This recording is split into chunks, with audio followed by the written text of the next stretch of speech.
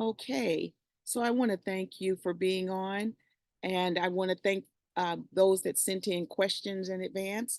Thank you so much. This is Sherita Herring, and again, this is our first Friday Q&A. Um, and like I was saying to those that were on a little early, we've got 28 people that registered for today. Now, again, a lot of them may be at work or just sent their questions in, but we'll just proceed as follows. So, I was on two television shows here in Arkansas. One was The Vine, and that's on ABC. It's a morning show. And then I was on, CBS. The Vine is on CBS, and I was on Good Morning Arkansas, which is on ABC. Well, these questions show that because most of the questions are from Arkansas, and that's a first. So, Becky is in Russellville, Arkansas, and she asked, well, she just sent it, she said grant writing. And Becky, I don't think you're on the call. So I don't know what you mean by that. Um, huh. I don't know. If you're talking about you're interested in grant writing, I offer a grant writing masterclass. There's one going on right now, and we're in the sixth. I'm getting coming up on the sixth class. It's a 6-week class, 6 classes, 2 hours a week. So we're already ending this first class. But if you go to my website, the same place where you went to sign up, you can sign up to get on our database under our contact us page. And that way you'll know when I'm offering any more classes or anything like that. If you're looking for a grant writer right now, I'm not taking on grant writing contracts, but also hopefully you know about the grant writing workshop that's coming up here on the 20th of April here in Arkansas. It's in Marlton, going to be at the Rialto Theater. And again, that's April 20th, and it's going to be from 11 a.m. to 2 p.m. For those of you that aren't local, because of requests, we're now also going to have a live Zoom stream during that class. And that's going to take us into a deeper dive than the questions that I asked today. So, not sure, Becky, if that answered your question, but next time if you send in a question, just be a little bit more clearer on what it is that you're asking. All righty. Hope that covered you. We got Melissa from Little Rock, Arkansas, and her question is, what grants are available for women wanting to start a for-profit business?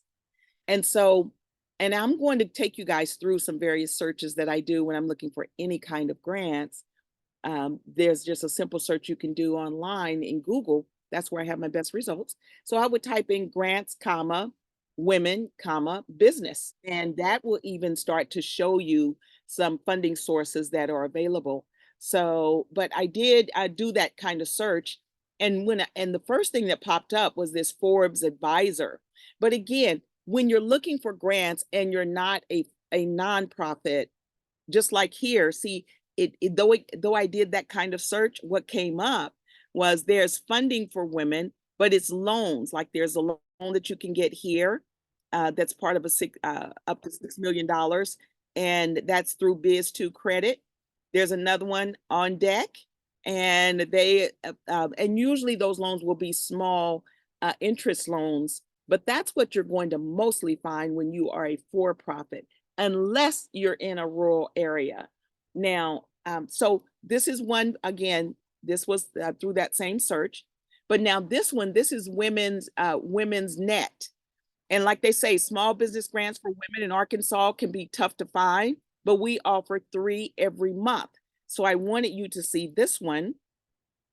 And I'm going to I went into what they were saying. And so this is the following page. And what I'm going to do is I'm going to put this in the chat.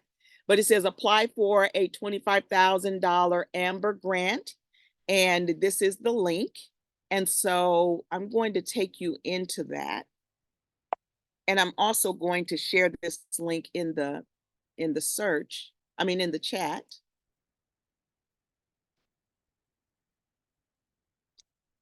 So first I'm going to put this in the chat. And this is for Women in Business Amber Grant. So I just put that in the chat, ladies. And I'm going to go out and take you to that site.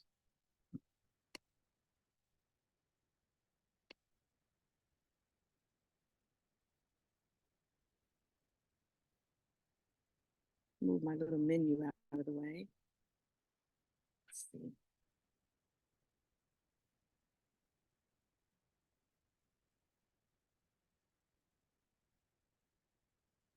Okay, so we're here on the site. Come on, menu. Sorry, ladies, I'm trying to move this. Okay, so Women's Net founded the Amber Grant in 1998. The grant was set up with one goal in mind, to honor the memory of a very special young woman, Amber, I guess it's Wangdo, who died at just 19. So now, how to apply? Applying is simple. Just take a few minutes to tell us about yourself and your business dream. No long, complicated form to fill out. And so view the application. Let's see, will be applied toward, keep these tips. Where's the application? Ah, here it is right here. So now, tell us about your business or business idea. So now, for all of you, whether you're applying for this grant or any kind of grant, you will start to see that their questions are consistently the same. They might be worded different, but they're always going to want to know about you or your business. They're going to want to know who you're going to serve, you know. So this one, again, this simple application, what motivates you?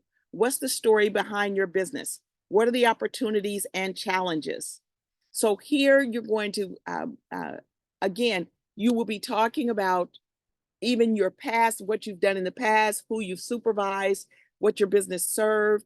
And then again, what have been some of the challenges that you've overcome? And then when we come down here, tell us what you would do with the money if awarded. Please be specific about your plans. If you won the 10,000 and the 25,000 a year in grant, note you may want to copy your answers to another document for safekeeping. So now, this is really just cut and dry. And is there anyone that wouldn't understand how to fill this out? Can I answer a question in reference to that? Nope, no question. So this women in business Amber Grant, I mean, you started out talking about for Arkansas, but I am assuming that it may be available in other states as well. Well, this one is saying Arkansas.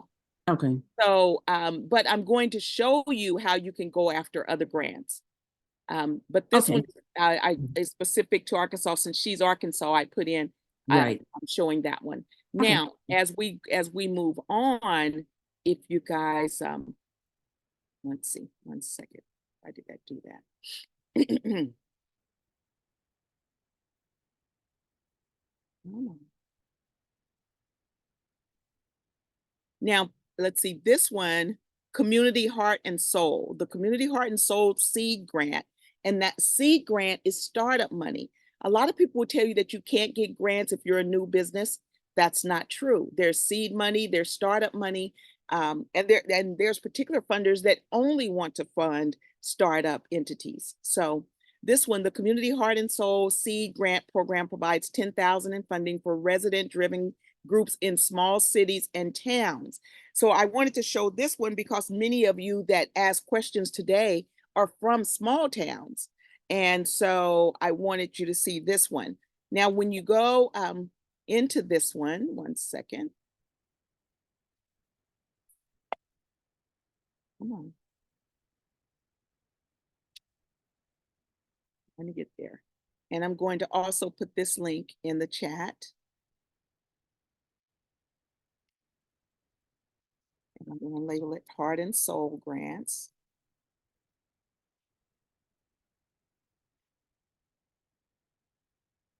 Okay. You guys should have that in the chat. Let me now go over to their link.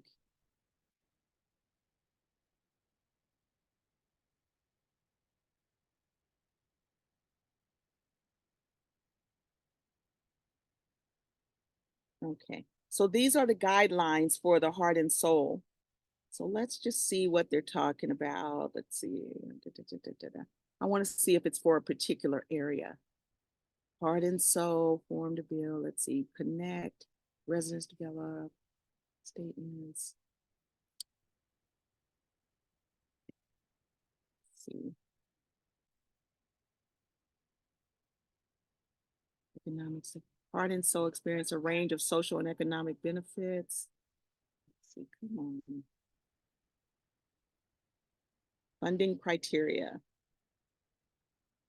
Should demonstrate their readiness and commitment to using community heart and soul to plan for their community's future, demonstration of appropriate timing and relevance, ability to initiate community heart and soul within 6 months. What do they want you to do? See, I'm just delving into this myself, ladies and gentlemen. Let's see, grant cycle, application review and selection process.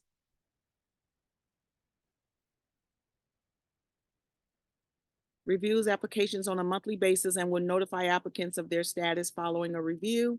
If selected as a finalist prior to an interview, applicants must complete one of the following activities. Getting started with community heart and soul, who lives, works, and plays in our community, the 4 elements of readiness. Grant determinations are made on a rolling basis. Applications may be submitted anytime. Reviewed 11:59 p.m. on the last business day of each month. Applications received after the deadline will be considered in the subsequent review. But still, I want to know who is eligible.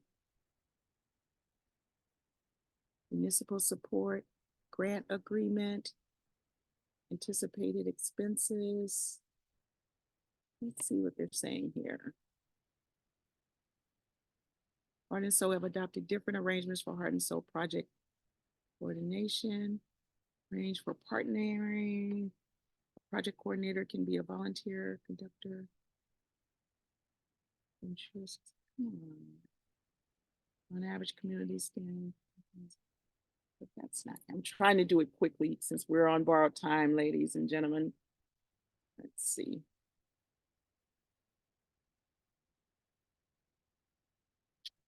Seed grant. What? That's old. But they're saying they fund ongoing. Why do they have that old info there?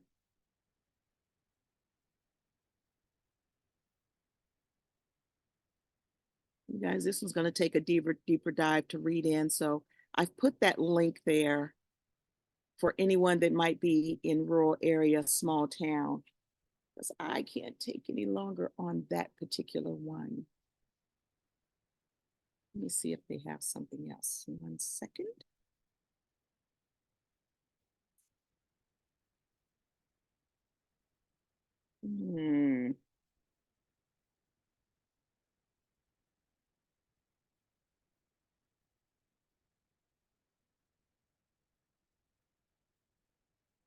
Guys, that one is going to take a deeper dive. If I have a chance, I'll come back to that one because I want to make sure I get the questions, all the questions answered, and then I will come back.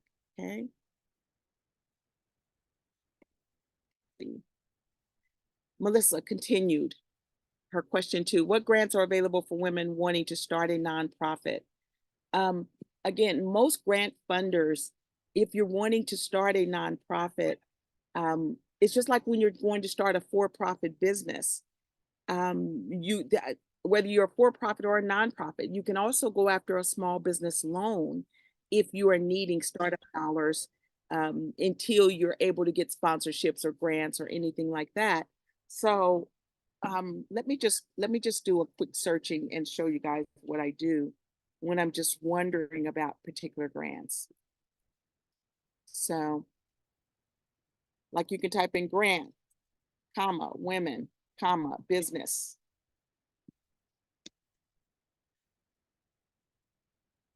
So again, when you type in and get that kind of response, let's see, I mean, that kind of search, see like women-owned business, women entrepreneurs launch new businesses and complete in marketplace, small business grants for women.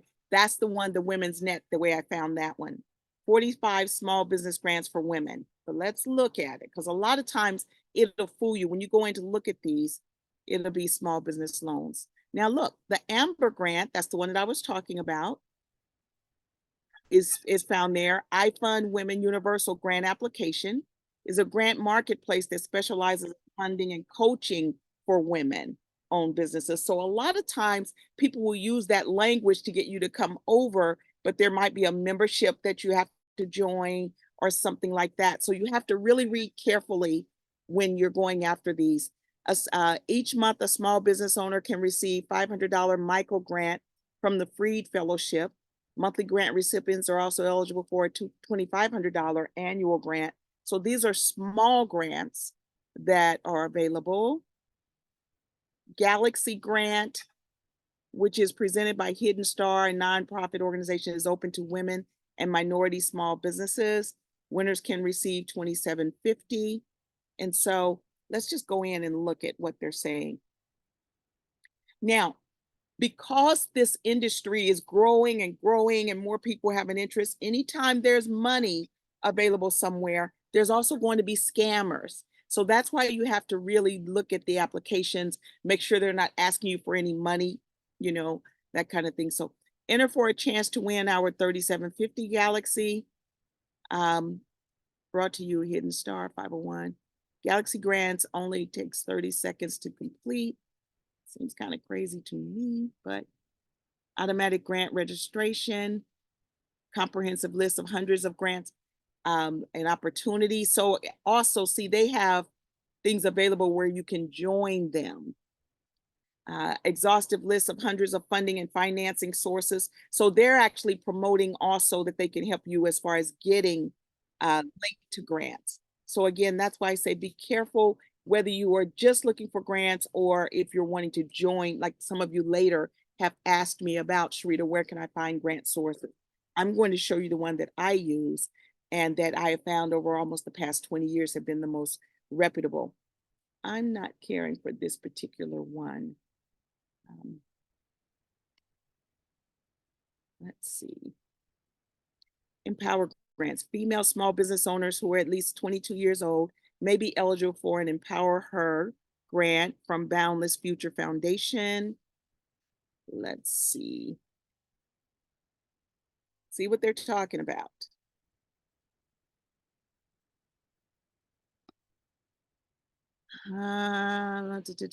Grant eligible entrepreneurs demonstrate commitment to creating positive change. These businesses address issues boldly related to poverty and hunger, public health, equal rights, sustainable communities, and climate and environment. So any of you that want to go after this particular grant, these are their priorities. If you don't fit this priority, then there's no need for you to read further. So grants for individuals. Empower Her grants support women who need early stage business capital. So let's go in and look at their application. Empower Her grants. Empower Her grants are reviewed quarterly. Applications close near the end of each quarter. If you do not have enough time to complete an application before it closes, please consider waiting to begin in the next quarter. So here's their quarters and the way for submittals. And let's look and see how you apply. Hopefully they'll show us the application.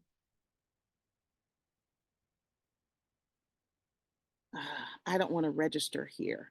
What I'm going to do is I'll give you guys this link. You can register, and this way you can go in and see more about what these grants are for.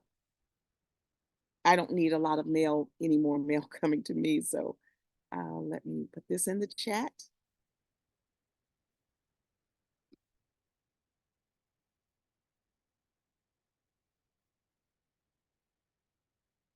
So that's in the chat for you. And you guys, you can ask questions as I'm going. I thrive off of questions, okay? Let's see.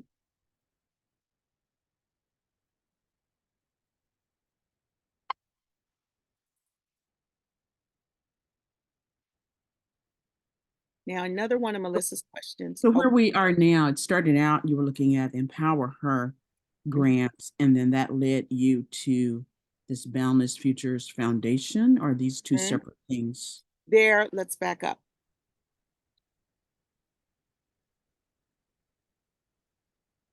Let's back up. Now, see, it's a lot of times funding sources and organizations will collaborate also. So even this is under Boundless Futures and Empower Her grants. This still is, when you apply, this is what they're calling it. Okay, right. And they're doing this through this foundation. So let's see, they're calling it, let's see, the Empower Her grants, grantees. Let's see. They probably are saying in here somewhere who they're collaborating with, which is that foundation. Right, okay. Let me see if they're saying it here. Like even down here, these are another different grant. So let's see, do they say it? A lot of times when they're collaborating, they will mention it in their narrative. But anyway, they're connected, which is why they're linking it off to that page. Okay. And now let's look at Her Village grants. Now, this is for nonprofit 501c3 organizations. I bet. Well, this is a nonprofit that's doing it. Let's see. Is it only nonprofits that can apply? Grants for nonprofits, yes. So for this one, you have to be a nonprofit. Now, for any of you that are not nonprofit, and this is why I try and teach this to for-profit entities, you can collaborate with a nonprofit. They serve as your fiscal agent or fiscal sponsor. It's like having a co-signer so that you can still go after grants, because grant funders just want to be able to write it off to a tax-exempt organization. So again, you can go under the umbrella of a nonprofit and still go after particular grants, unless a grant funder says that they do not support umbrella organizations. You know, some funders want you to have your own nonprofit no matter what, and many of them will fund you when you go up under the umbrella of a nonprofit. So now for this particular one, if you're a nonprofit or if you don't mind collaborating with a nonprofit, this is one that you can go after for $5,000 to $30,000. Organizations support work. Oh, go ahead. I have a question, please. Yes. Hi, I'm Audrey Long. We have a community garden that's a 501c3 nonprofit. Can you speak a little bit more in detail of how that would actually tangibly work with us working with a business? Well, so you're a for-profit, but your community garden, is it a nonprofit? It is. Okay, and so you're asking again, how can your garden work with a for-profit? Yes. For instance, we have one of our missions is to also support several local businesses. For instance, we collaborate. I have a yoga instructor who has a yoga and taekwondo studio. How can you walk me through how that would work with us if we were to be what you said, that I didn't even The quite fiscal get it. sponsor or the fiscal agent? The fiscal agent. Yeah. She would just apply for the grant in your name. It's almost like a co-signer.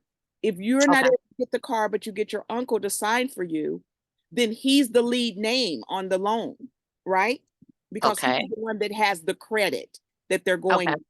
But the funder would see that. They would see that fiscal agent that's who the name is in, but the program is whoever is going under you. And so so you would be stating that, but a lot of the upfront information that they would want, even the operating budget, that kind of thing, would be from the nonprofit. The same like with a co-signer, they're going by the credit score of that co-signer. Okay.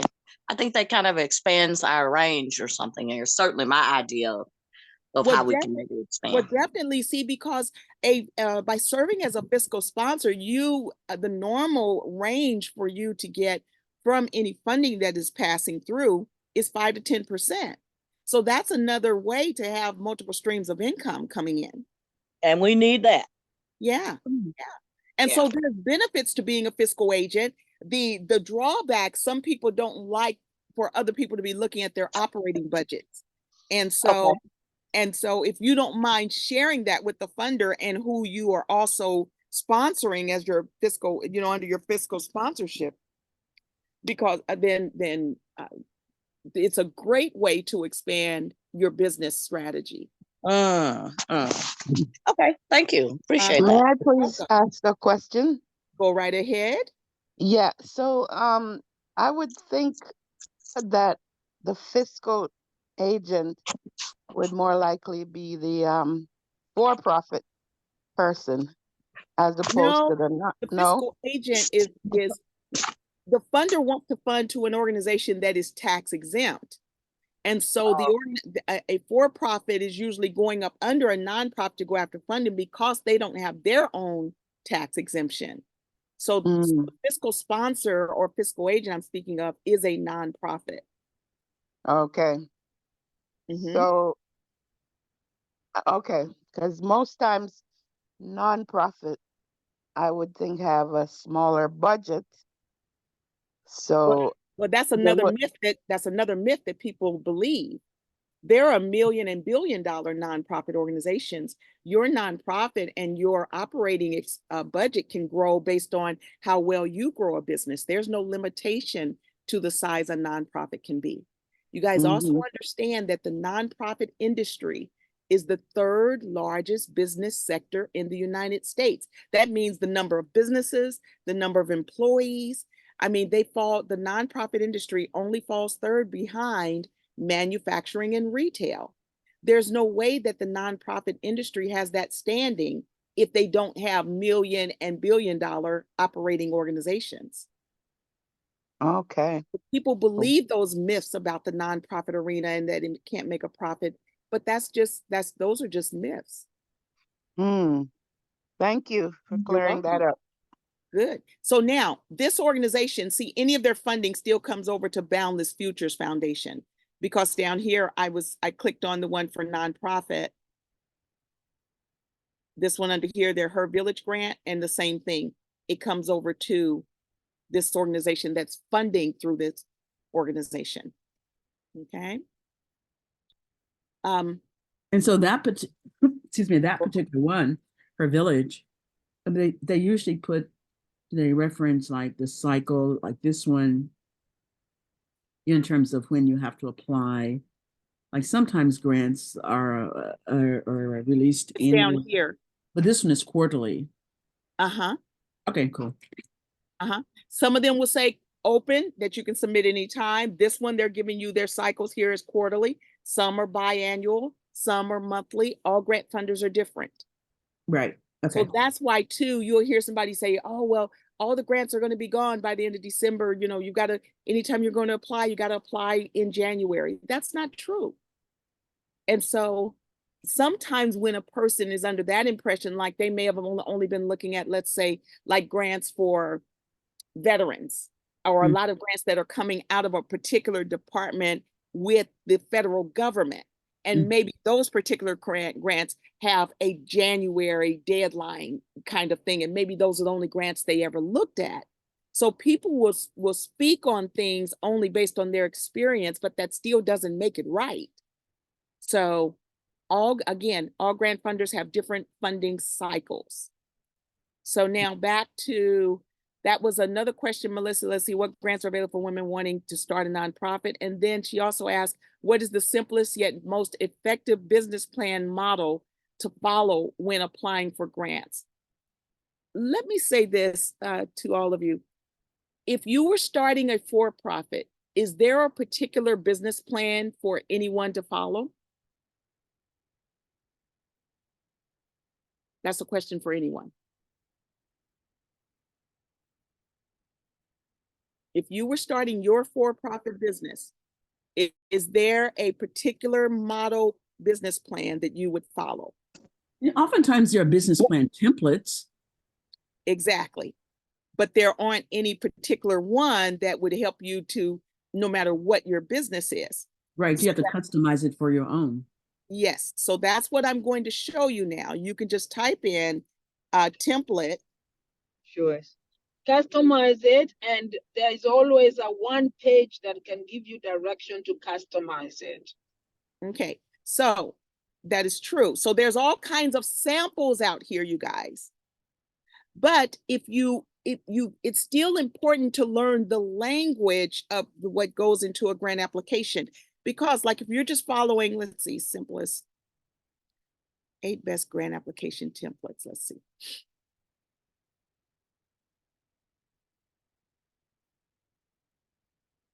And some of them they probably want to. Now, here's an example. Grant writing template with 8 components. The cover letter, the executive summary. See, this is what's important to understand. No matter what kind of document that you are, what kind of business or ideal you have, these are the pretty much questions that you're answering in your setup. Your executive summary summarizes what they're going to see, let's say through number 3 through 8. Then the statement of need. That's a need. Why is your business or project needed? So it's important to understand what goes in there. Like, someone give me an example of your business or idea. So our business is a non-for-profit. I mean, we've been in existence for a while, so it's not a new one. But our focus is on college and career readiness for girls in the 8th through 12th grade in the underserved community in Kansas City, Missouri. Great, great. So in saying that, under the statement of need, there's a reason that you are focusing on that particular target population, right? Right, right. So what are the problems or issues that exist, the reason why you're starting this program? That's what goes in statement of need. Right, right. Okay. And then under goals and objectives, after you get with this program, what are the goals or what kind of outcomes would you like to see? Mm-hmm. And so like your statement of need may be, okay, so let me just show you the kind of info that goes in there. And this is why it's important for all of you to understand the grant writing process instead of just depending on a grant writer, because it's able to answer these questions versus just looking at someone's template. Because if you're looking at a template and it's about starting a shoe store, is their template going to help you start a childcare center? No. So when you're looking at templates, that's why a lot of people get confused. You're trying to mimic what they have in their business plan, but you've got to understand what is a statement of need, what is goals and objectives, what are your methods and strategies. You've got to understand what goes in there versus just looking at someone else's, because understand that a business plan or a grant proposal is nothing but a big resume. You can look at someone's resume and see how they have structured it, but you've got to know what goes in under based on what you've done and the responsibilities that you had with a particular job and what were the outcomes that you experienced from working with that job. So you've got to understand what goes into the making of whatever you're looking at. So for instance, like when I'm talking about the statement of need, you've got to be able to go and grab some statistics.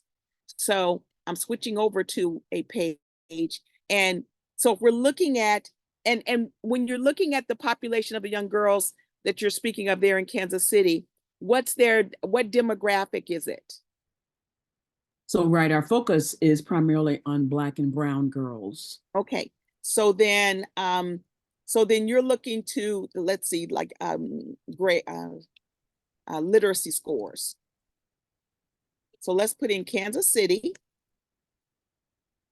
And I'm going to lock in these words, literacy scores, and then African American.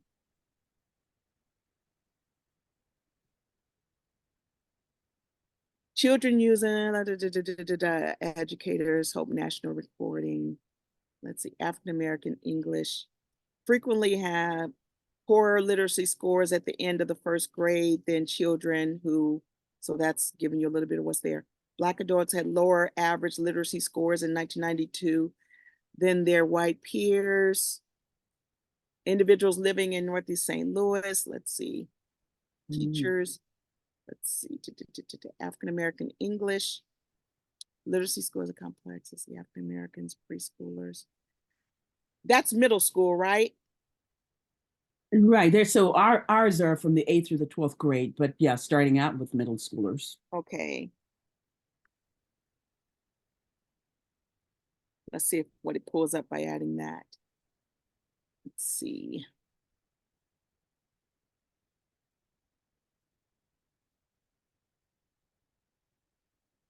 Let me add one more word in here.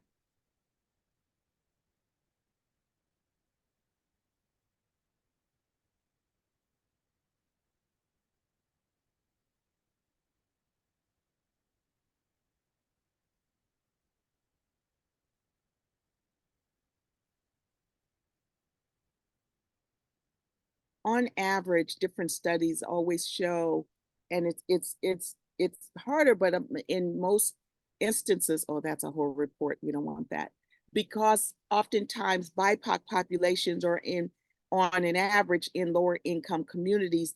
The literacy scores tend to be lower there also.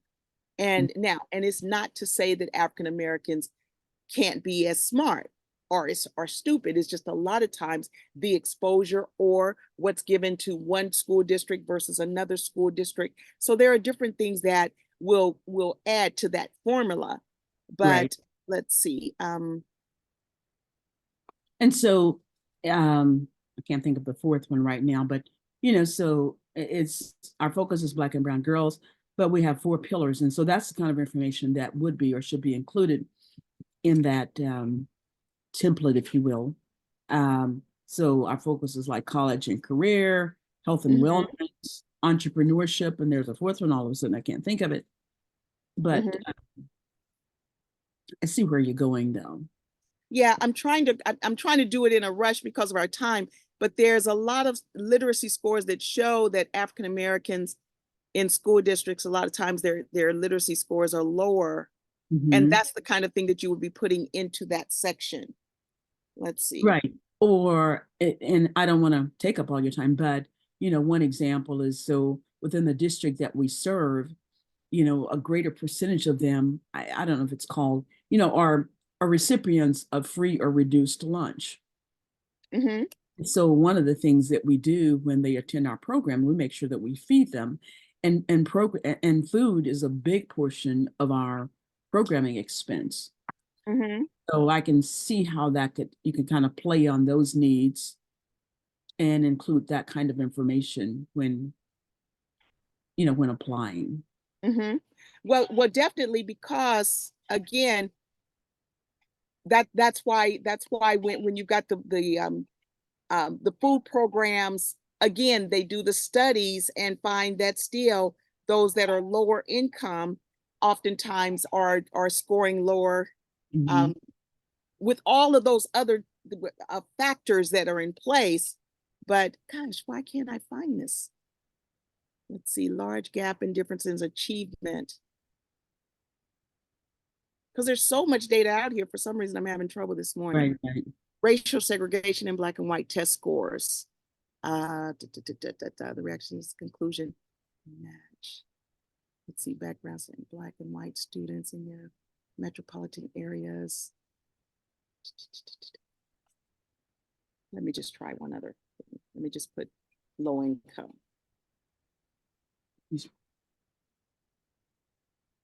Or let me just use statistics.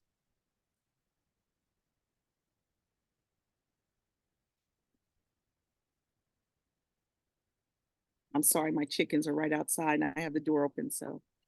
Cool. Most students average lower scores in state exams. Let's see.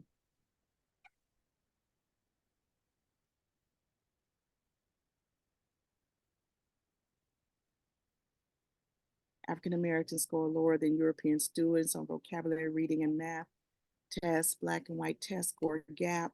This would be something that you could, this is the kind of information that's captured in this and other studies that would go in your needs section.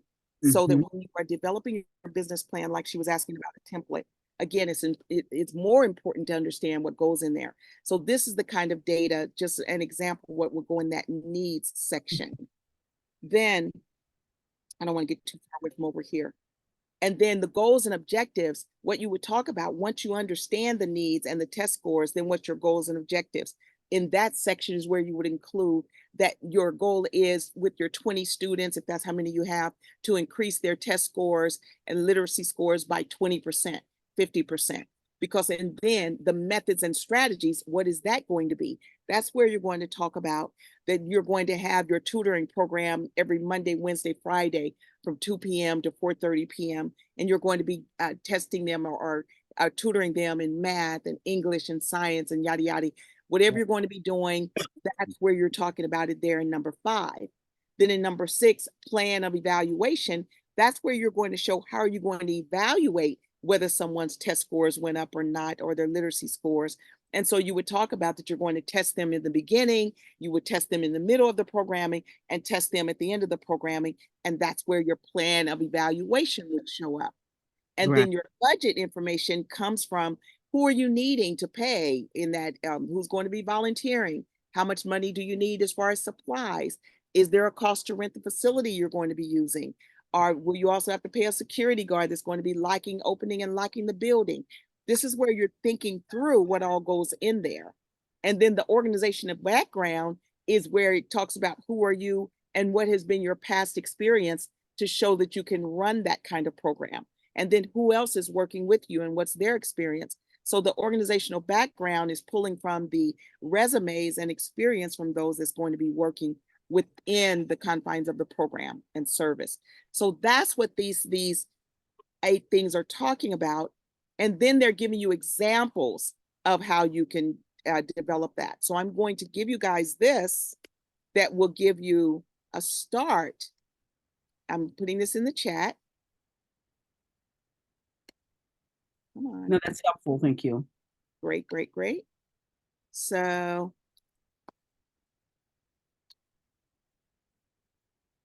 I'm just calling it designing your plan. And I'm putting that in the chat.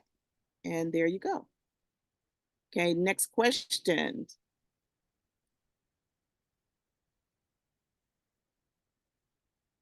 Okay. Now, is it Juan, Juain? I think that's Juan out of Little Rock says, how do I get grants from my school, as far as parent and student engagement? And now, again, with you being in Arkansas, what I did is I just found something for Arkansas, but this can apply for anyone, and I will do a few other searches. Let's see. I'm going to come out, take you guys to this site that I found.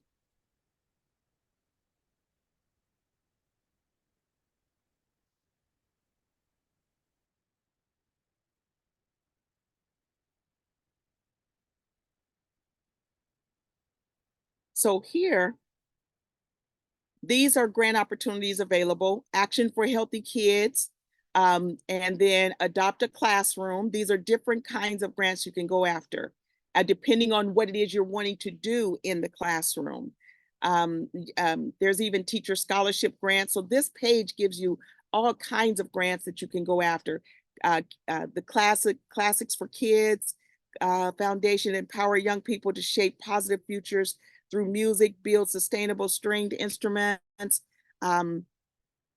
Cloudflare Project, Cyber Safe Schools. So this gives you, I'm going to put this in the chat. School grants, and that's Arkansas. I sent that. But at the same time, now I'm just going to go out to Google, and this will be for everyone. And grants, teachers, and I'm going to put in quotes, youth empowerment. Because if you're helping with parent and student communication, that the first thing that comes to my mind is youth empowerment. Because if you have that good relationship between the youth and the parent, that's going to empower them. So the Margaret E. Casey Foundation will funds for that. Empowerment of Kids and Youth, a $10,000 unrestricted grant, meaning that you can use it for anything you want. It's not locked into particular strategies that, like how I showed some grant funders, how they want you to be in certain categories. Community grants available. And again, this is the search command. I'm going to put this here for a search command where I found this particular page. and you can investigate more on all the kinds of grants. Now I'm going to show you can take out youth empowerment. What else does that help with? Youth leadership development.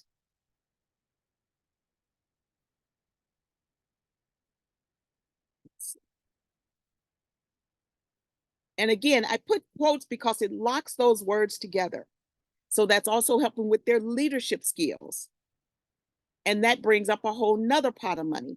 Okay, the H.B. Fuller announces STEM education funding, youth leadership program, federal grant, apply for youth leadership grant and teacher development.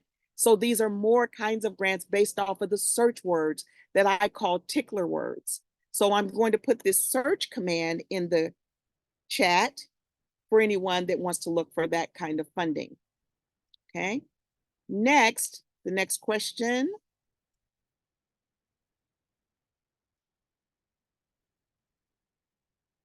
Okay, one also asked, are there grants for taking underprivileged children to places to broaden their minds? You guys, there is so much funding available, but also what a lot of people don't realize is that airlines give tickets to nonprofits or organizations that are empowering youth, empowering individuals. Let me just show you. Let's close this out. Let's type in, like, for instance, Southwest.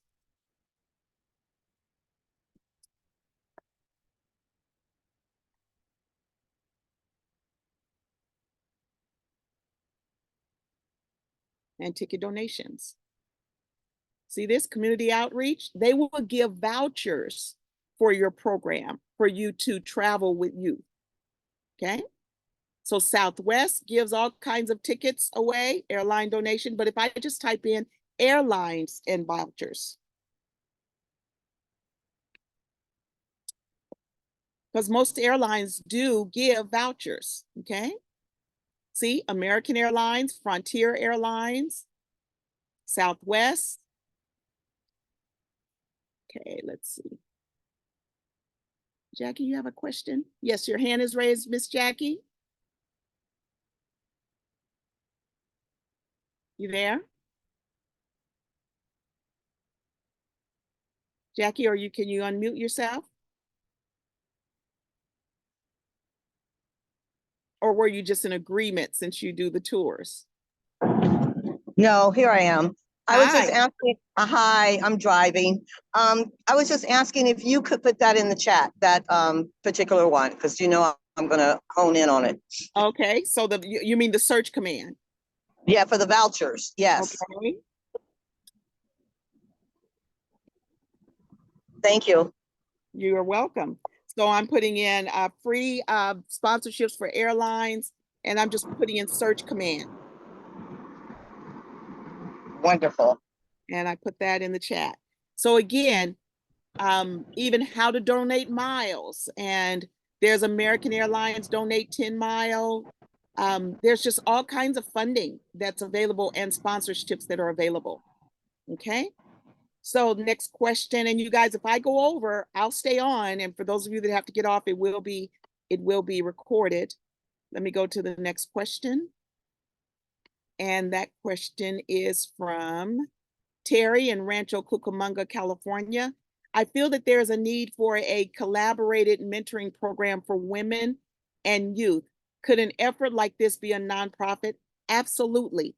Anytime you are doing anything to empower, to help with leadership, to help with bullying prevention, to help with self-esteem, to help, anytime you're doing anything to empower, it's fundable, and it can also be a nonprofit.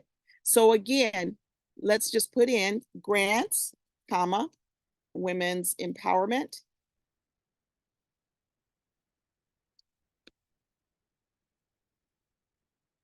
And again, I want to put quotes around it.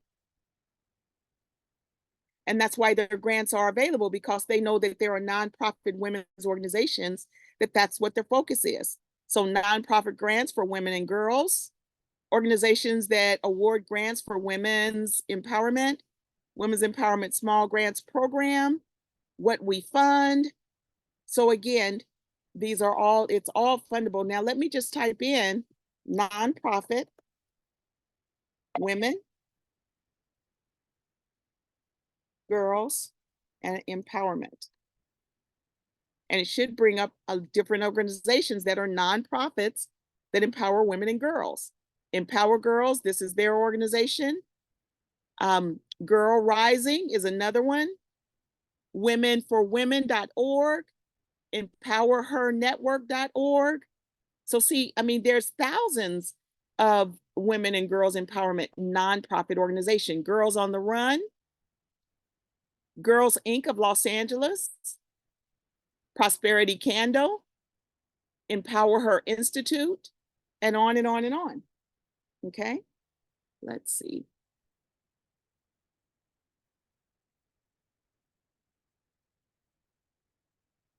Let's see, you asked, let's see, Winsome.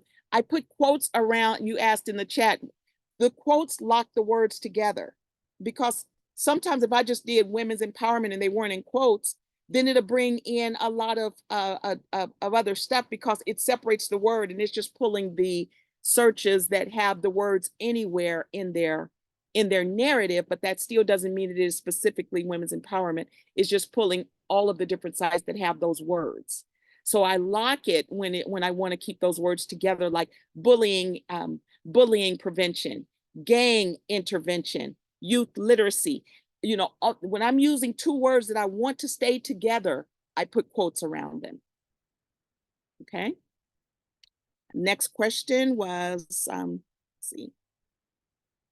The next question from Terry in Rancho Cucamonga. She says, are there grants for an endeavor of this nature? And yes, I just showed that. So I hope that that brought you clarity, Terry. Next, Terry's third question, what are the steps for incorporating a nonprofit organization? Well, and incorporating is the correct term, because all nonprofits first must become a corporation. So you would have to incorporate, and then you would have to complete the form 1023. So let's go here. IRS form 1023. Come on. And the form 1023 is a 30-page application. You would come here to the IRS website and would go to the form 1023, and this is how you complete it. It's completed online in the portal. And now it's a 30-page application, but not all 30 pages apply to every organization. There's different schedules that are also attached to that application. So, but it's when you finish with your document that you're submitting to the IRS with the form 1023, it looks like a business plan. So that's why, like in my classes, I teach you how are you developing your business plan and answering the questions that the IRS is asking you at the same time. Because if it's done correctly, you also have a document that also you can use to go after grants, because it's nothing but a business plan that you have written. Okay. So back over to my questions. And though we had 28 people register, only about 10 of you asked questions. So let's see, next. This question is from Lewindy in Jacksonville, Arkansas. And she says, how do I find grants for a youth program? Well, again, Lewindy, the best way to do that, if you're not on a particular pay site, like, let me show you guys this. First, I go to FC Online. Let's see.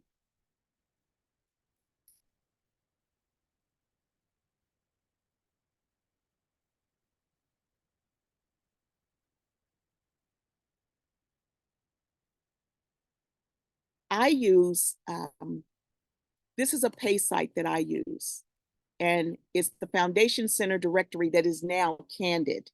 But they have thousands on top of thousands on top of thousands of grant funders. And this is where you can find them all in a list. But if you don't have the pay site, let me just scroll down and show you. You can sign up for a monthly, let's see, essential, like this professional plan. Where's their pricing? I think the plan that we use is like about $75 a month, but there's different plans that you can sign up for. Let me just put this in the link. It's the Foundation Center directory. I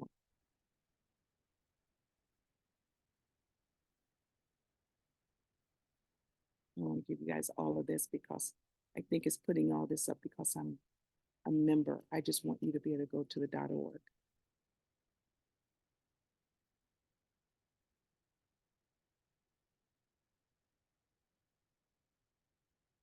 So I'm putting grant funder database, but it's a pay site. Put that in the chat. But for those of you, if you don't want to do a pay site, and I like this site, there are others, but I haven't found them to be as reputable as this one for what I do. But for others, if just to do a grant search, grants, comma, youth programs. And I'm not worried about putting that in quotes. And see, it brings up, oh, come on.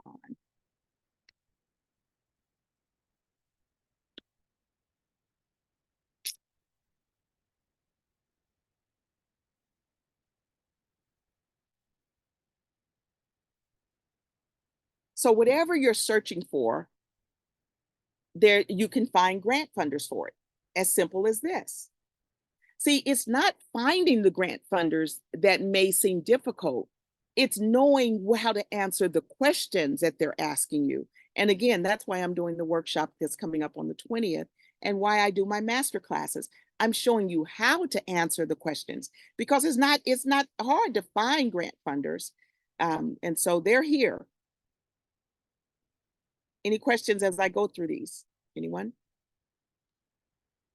Okay, the next question, Wendy asks, how do I create a foundation for my family as I envision generational wealth? Well, see, you can go, again, when you, developing your family foundation is just like developing any other 501c3 organization. It's a charitable organization. Like I developed my family's foundation that's named after my mom and dad.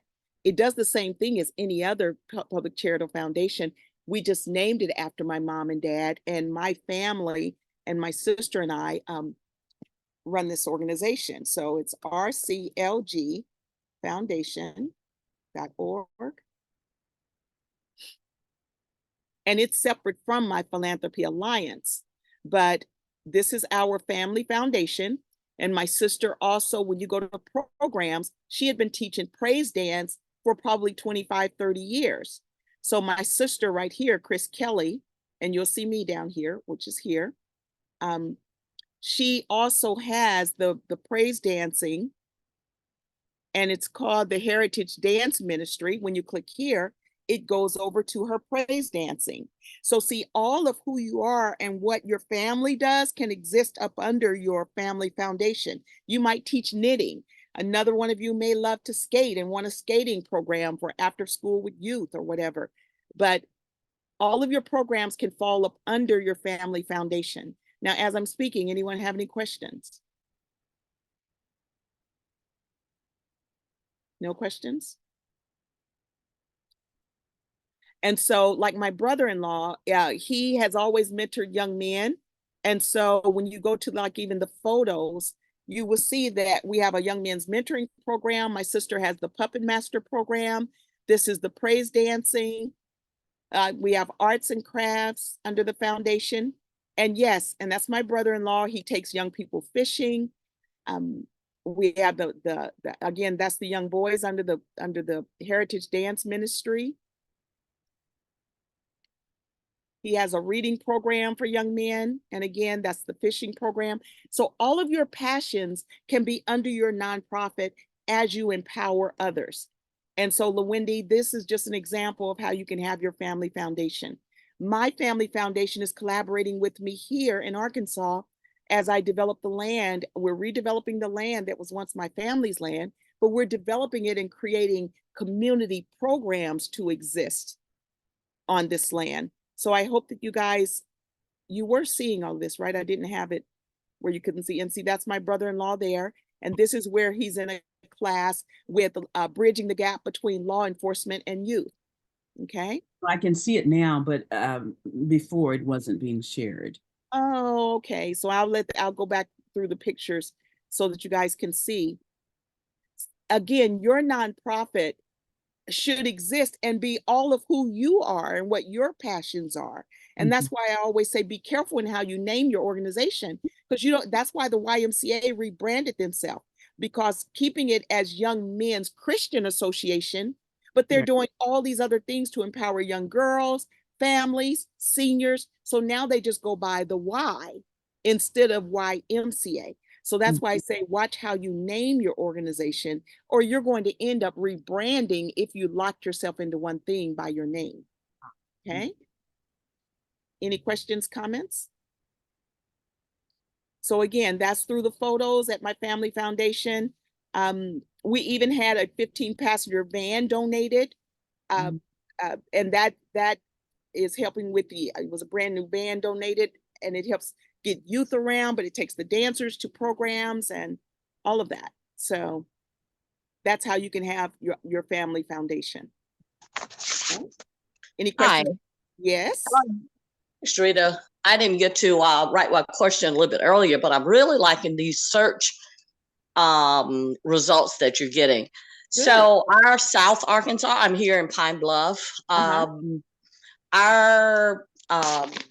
community garden, our gardening effort is tailored towards teaching and demonstrating sustainable gardening techniques and practices for people in our community, highly underserved. What sort of search venue would you do that? And I really also like that family foundation connection as well, as you're developing your land to meet all of those needs. I want to hear some more Yes. about that if I can. Yes. Well, for one, as far as developing land, that's another thing that I'm going to also be teaching on the 20th, if you're going to happen to be able to be there. A lot of people don't realize, instead of just your air property sitting, because I can't tell you how many people I talk to, Sherita, we got 100 acres in Mississippi. Sherita, we got 50 acres in Dallas. And the land is just sitting.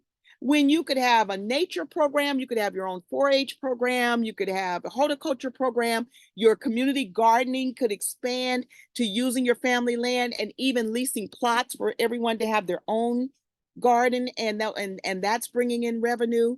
As far as searching, now, what was a search command that you were interested in?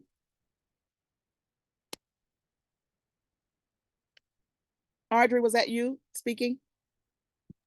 Yes. Okay, what was the search command that you or a project that you asked about? It was as we are primarily concerned about expanding the healthy living, affecting the lifestyle, Gardening, right? Wasn't it through gardening? gardening. Okay. So I'm gonna type in grants, garden, community. Okay. And see, it brings up community garden grants. So all you have to do, first of all, to do effective searching is know what your keywords are.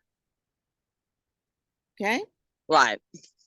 And so community garden grants, funding opportunities. I mean, it's as simple Healthy as living, da da da da. Okay, so now, I got it. so then if you may even say grants, health and wellness. No, you're not sharing that anymore, I don't believe. Okay, sorry. It is. Okay, so grants, no, we don't want mental health there. Not right now. So grants, health and wellness. And health and wellness grants in Arkansas.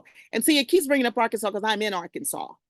So a lot of my grants, and so it's my computer is linked to that, but you can put in health and wellness. What's your city? Audrey, you're Arkansas too, aren't you? Yes, I am. I'm here in Pine Bluff. And yes, we plan to come, even if I'm not able to physically come on the 20th, I'll check in via Zoom, because this is really, we're in our 4th year, and I'm like literally tired. We got to get some money in here. Jeez. Yeah. And see, there's money to stop the bleeding. See, a lot of times we're steady pulling out without bringing back in. Now, what I do, in case you're not in Arkansas, see, I just put Florida, and now it's bringing up health and wellness grants for Florida. You know, take out Florida and put in Georgia. And that's some of the things I kind of see. And I can possibly even, I'm going to share this with another buddy of mine who runs another nonprofit. there are so many needs, and some of us crazy folks step up to try to meet some of the things that we already do naturally.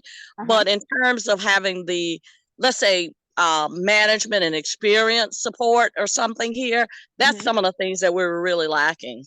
I just brought that up. The University of Arkansas has a economic development deal, and they were doing, something like Grant 101. Now, I've been writing grants. We've been getting mini grants or something here, but it is really being around more experienced nonprofit managers. The ones I know are always so busy to just give a different perspective. And that was really important how I just heard from you that playing the fiscal manager or fiscal agent role, that's another revenue stream. That, Absolutely. where you can get the concepts of something here, or where you could be, 5 years down the line or 3 years down the line. That sort of thing. Yeah, and see, and now, and you may even just need funding for capacity building. So if you see on my search, I type in grants, capacity building. What is capacity building? That's anything you need to build out your business, whether you need to hire someone, whether you need a building, whether you need a program director or whatever. Yes. That's capacity building grants. Okay. There are capacity building grants. Yeah, it's that language. It's a different language. I'm coming from IT project management. Yes. I don't speak nonprofit language. Yes, and there is a different language no matter what industry. Just like if you work for, you might think that you understand how to build cars because you work for General Motors for 30 years. But when you go to work for Toyota, they're going to be using different acronyms, different language, and you're going to have to learn their machines versus the way they were at GM. So anything that you step in new, there's going to be a language that you need to learn. And so that's why I was saying, instead of just a template, you want to learn the language. You want to, just like for instance, in the for-profit arena, the people that you sell to or that you serve, you call them your customers or clients. In the nonprofit arena, the people that you sell to or serve or this part of your programs are called program participants or your target population. You don't call them your customers. Okay? It's all about learning the language of the industry. But once you know the language, a lot of what you're writing and a lot of what you're doing is still the same. Just like when you work for one car industry and you work for another car industry, after you get in and learn the parts and learn the shipping, everything else you're doing is the same. You're building a car, you're turning out a car. Okay? So again, it's just about learning the process. Yeah, that's key. That is key. Yes. So now, the next question is from Brenda in Pine Bluff, and she says, nonprofit year-round out-of-school time academic enrichment and intervention program. I guess that's what they have. And she says she needs funding. So if it's so again, that's that youth empowerment funding she can go after that I gave an example. She can go after grants, youth, and let's put in summer. So I just typed grants, youth, and summer. And after school and summer learning grants for summer camps, grants for youth programs, youth development and services grants. So again, it's all about just knowing your keywords in order to find your searches. The funding is there. It's just about knowing your keywords. Then she says, we would like to learn to write successful grants and get awarded. Can you help us? Absolutely. Not in this class, but you can always take my master class, or since you're here in Pine Bluff, go on and drive this hour and come up to Marlton on the 20th, and I can help you more as far as that. And then the third one, we need a grant writer. Do you know of any? Well, first, you guys never, ever, ever look for a grant writer until you understand grant writing. Or you're going to be like a lot of the calls that I receive where they say, Sherita, I've hired 11 grant writers and not one of them have ever gotten me a grant. My question to that individual is, what do you know about grant writing? Because how do you know you're hiring a qualified person? How do you know what they should sound like? How do you know what their writing should look like? If you don't understand the process yourself, you're setting yourself up for failure. Anyone that's stepping into this arena, I always suggest, whether you do a class with me or anyone else, learn the process. That's going to save you a whole lot of footwork, save you a whole lot of money, save you a whole lot of time in hiring the wrong person.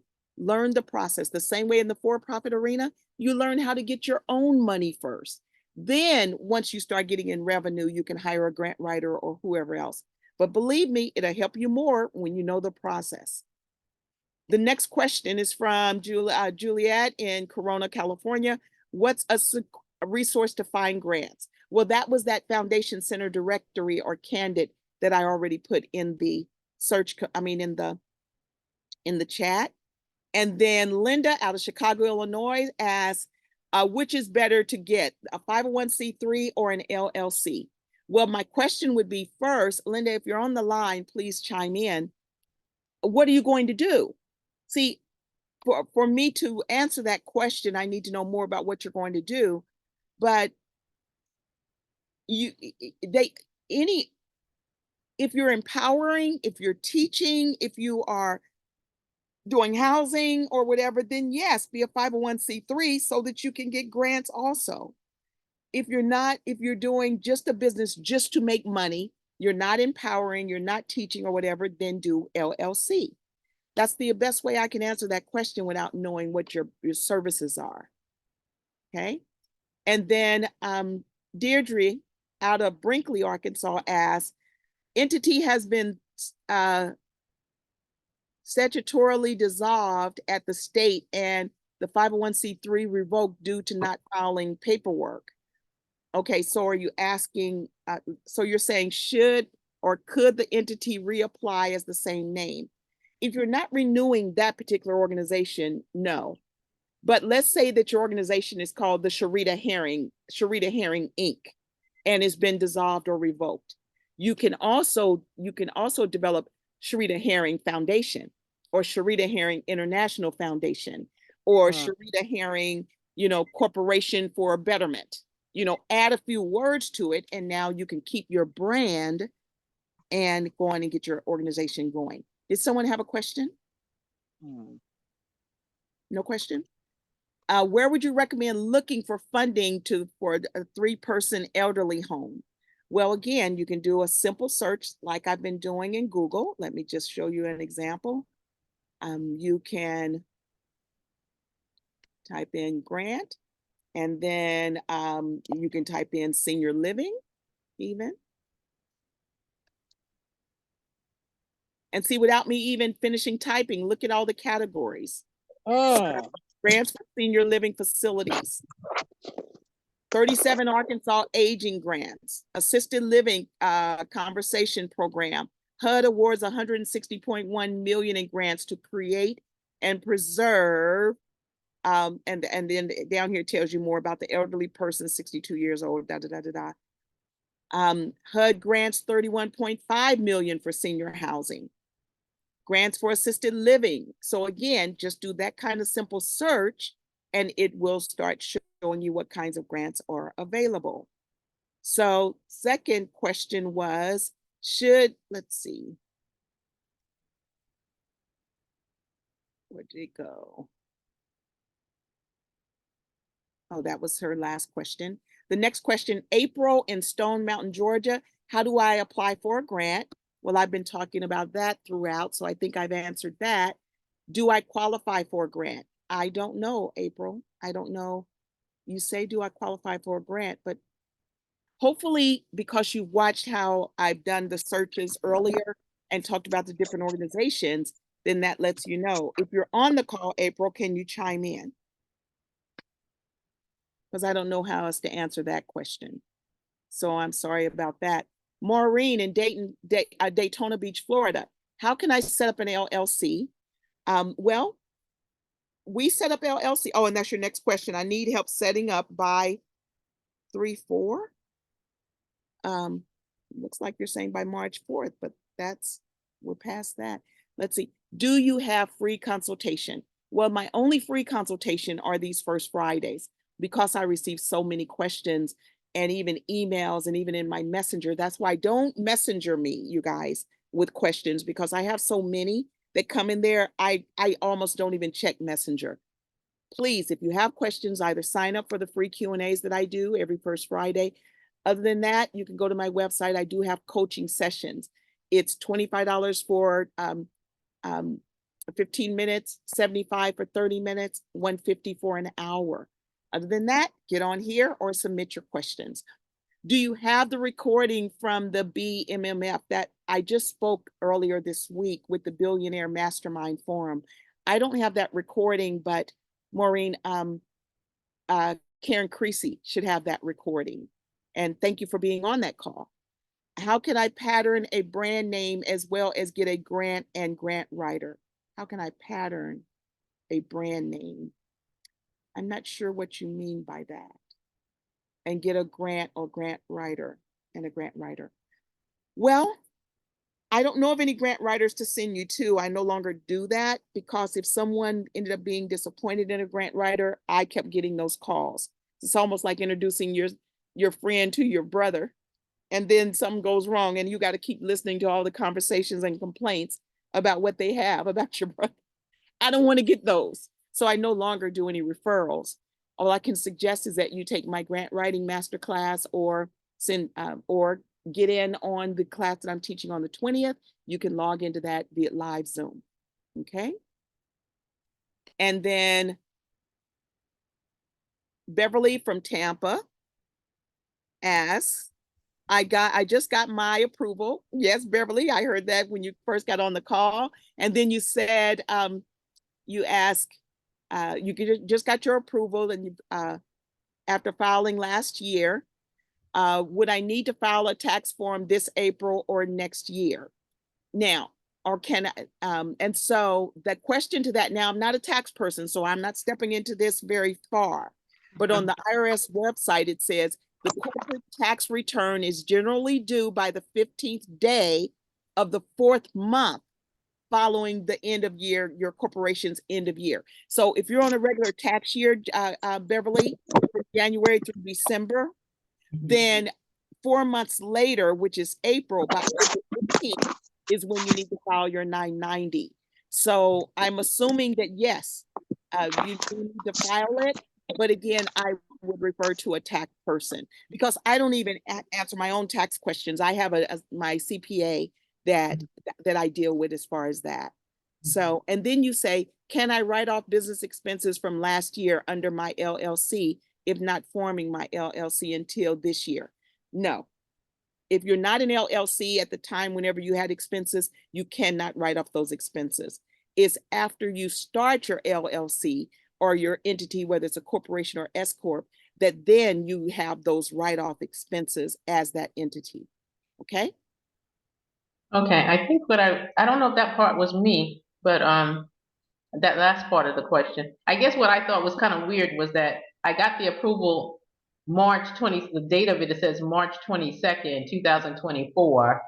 So like, is it even saying that I have a nonprofit before it's been approved by the IRS? That's my Well, and now I'm thinking that they're going to change it, but I don't know if they've changed it yet. Usually when you get your approval, they will still make it retro back to the date of your incorporation. That's what they did, yeah. Yes. And so that being said, the date you were incorporated is what's being recognized. That's so unfair though. It's kind of unfair. I couldn't Well, operate. but see, again, there's a lot of people that want that retroactive back because maybe they've gotten funding or can get funding, and so it works for them. So when can you say it works for you or it doesn't? So they just kind of have the same rule no matter what. Okay. All right. Well, here's what it is. And then Judy, after Beverly finishes, then we will come to you. Beverly, what else did you have? Yeah, that was it. I just didn't know, I was like, I just got this. I mean, I almost could have gotten it after April 15th. In a minute, it's going to be April 15th, and they're going to tell me I needed to file this. But well, one thing for sure, Beverly, Mm-hmm. one thing for sure that when you do the 990 EZ, which is what you're going to do, you're going to see how easy that form is. Okay. And without a doubt, it's going to be zeros as far as any revenue or anything that you've made Mhm. Yeah. thus I'll far. do it. So Yeah. look at the 990 EZ, but go to Yeah. that link. Let me give you the link of where to go. Okay. I'm going to put it in the chat, you guys, in case anyone else wants to read about it. So I'm calling this the IRS filing for IRS 990 tax filing info. I'll just put that in the chat, you guys. Okay. Okay. So I'm at the end of the questions. Are there, oh, Judy, you had your hand raised? Yes, hi. I Hi. just wanted to say something, which I'm sure you'll see in that link, because I do 990s all the time. And I know you said that you're blessed to not have to do yours. They're actually due the 15th day of the 5th month, which means 990s are due May 15th. But here's the good news. If you think you're not able to make that deadline, there's a form that you can go online and fill out that will give you an automatic 6-month extension without any reason why. You don't have to tell Uncle Sam, why. It's Judy, just, yes. can they contact you? If so, put your info in the because this could be some business for you. Okay. Sounds good. Yep, I'll put Go it in ahead, there. hon. I'm sorry. I just jumped in and interrupted. Okay, thanks. No, no, no, no. That's what I was going to say. And then extensions, you can get 6 months automatic. If you need more than that, then that's something different. But like Sharita suggested, I'll be happy to put my info in the chat for anything you might want to know in this area. I'm nowhere near as versed with Sharita with this, but I do have a nonprofit I've been operating for 23 years, so I'll be happy to help as well. So I'll put my Good, info good, in the good. chat now. And Thank Judy, you, where are you Judy. located? Pardon? Oh, I'm located in the quote unquote DMV, DC, Okay. Maryland, and Virginia. DC, Maryland, Virginia. Yes. So Yes. make sure you put your info in there, your contact phone number and Okay. email or anything else. Sure. Okay. Any other questions? Did you see the question in the chat?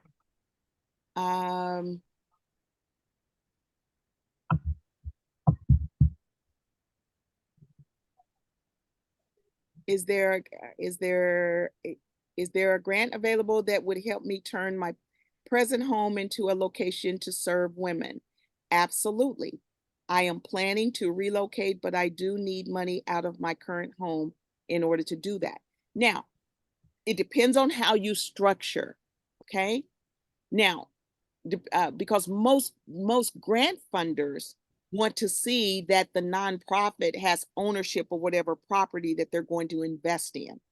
So you could always you could either keep it as you owning it, and now you want to lease it to your nonprofit and a long-term lease, for instance, and now you want it to be a women's transitional facility, and that way you can go after grants. So it's all about how you structure it. But yes, that is possible. You could even have a duplex even, or turn it into a duplex and you live in one part of it, but the rest of it you want to be for women's transitional housing, and still grant funding could help you with that. So did that help? Anything else to that? No? Oh. Any other? Oh, go ahead. Oh, I was just gonna say brief. I did send you a quick email saying that since we had the problem with the receiving the emails, I gave you an alternate email address for me, Bev. Oh, okay. Okay, Beverly. Thank you. All righty. Any other questions? None? I had a quick one. Yes. Can you hear me? Yes. I like that idea. See, I just love you. I just love how, your nickname should always be there's a grant for that. But I've got some properties that I was thinking about selling in the traditional way, but we do have a nonprofit and we do want to have a transitional home for women, whether it's overcoming substance abuse, domestic violence, or any of the other myriad of issues. But I know you said we could lease to the nonprofit. We could also sell to the nonprofit as well, right? Yes, you And can. give it, But the thing okay. is, what I tell everyone that I know, and especially even my loved ones, they're not making any more land, you guys. So if you can hold on to your properties and your land, I would do that and try Okay. it through the nonprofit way. Okay. Because they're not making any more land. Wow. And land and ownership is what creates generational wealth. Mm-hmm. And so a lot of times we're not thinking that far ahead, but when there's so many other things you can do with it, and you don't even have to be the one managing it, you could have a house manager that grants are paying to live in your home and using it as a women's transitional facility. Or you might have some buildings that are sitting that you could even lease to any other nonprofit and they could be paying you lease. There's a lot of nonprofits that don't own their businesses or buildings. They're leasing them from a for-profit landowner or property owner, Mm-hmm. but grants are covering their leases. Yes. Okay. So there's always so many options. When you're making a difference in someone's life, you guys, there are always options. And that's why Okay. the So one. arena exists, to make a difference. Wow. Yes, ma'am. One last question. Wow, you got me excited now. So, this one house that I was thinking about selling, it needs help. So, if I were to lease it to our nonprofit, to start running, women's empowerment, women's housing, or whatever like that, what about the fix-up costs? Is that There's something I'd be grants that will responsible? fix it up. That's why they want to see that the nonprofit has a long-term lease. See, they don't want the nonprofit to get a grant, and now they've gotten a $50,000 grant to redo this facility, but their lease, but now the owner wants to kick the nonprofit out now that they fixed it up. Wow. So even if I leased it to our nonprofit for this house to the nonprofit for at least like 5 years, and then they lease it, there was the price. Then the nonprofit writes a separate grant for improvement to make it habitable. I mean, not habitable, but when you're getting county money, To all rehab your it I's based got to on be their dotted. needs. Yeah, it's got to pass their inspection. Yeah, Yeah. there's grants to rehab the facility based on their needs. Yes. Wow. Thank you.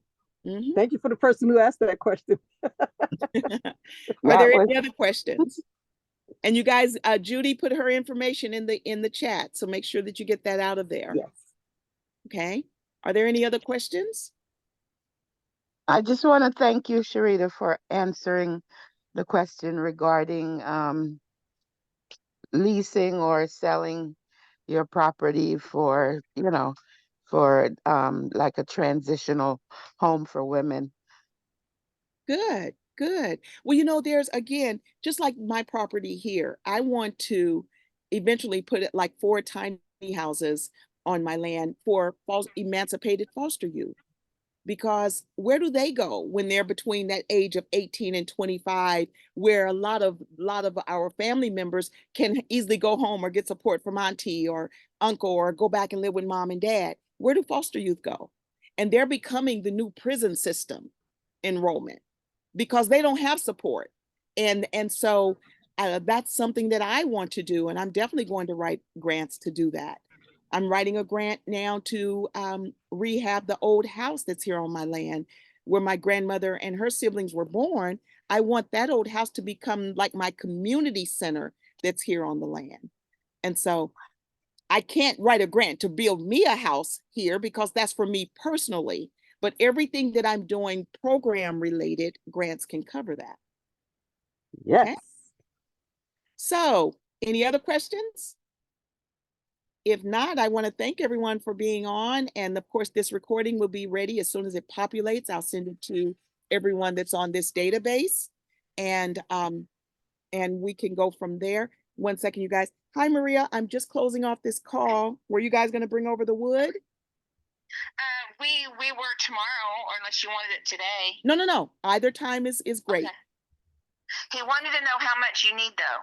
Okay, Do you just have a set price? You want to call me back? Yeah, let me call you back. Okay. Thanks. Bye. I'm sorry, you guys. I'm getting the eclipse is coming up, and I got the land that I'm speaking of. I have 7 campsites here on the land, and they have been booked since last May. Again, things that you guys can do on your land. So I had someone, I thought they were on their way with the wood, so I didn't want to miss that call. But there's so many options. And again, you guys, I will be doing a deeper dive, and that's why I've got these tickets so low. If you can attend the class coming up on April 20th, It's a 3-hour session. I guarantee you it's going to help you hit the ground running.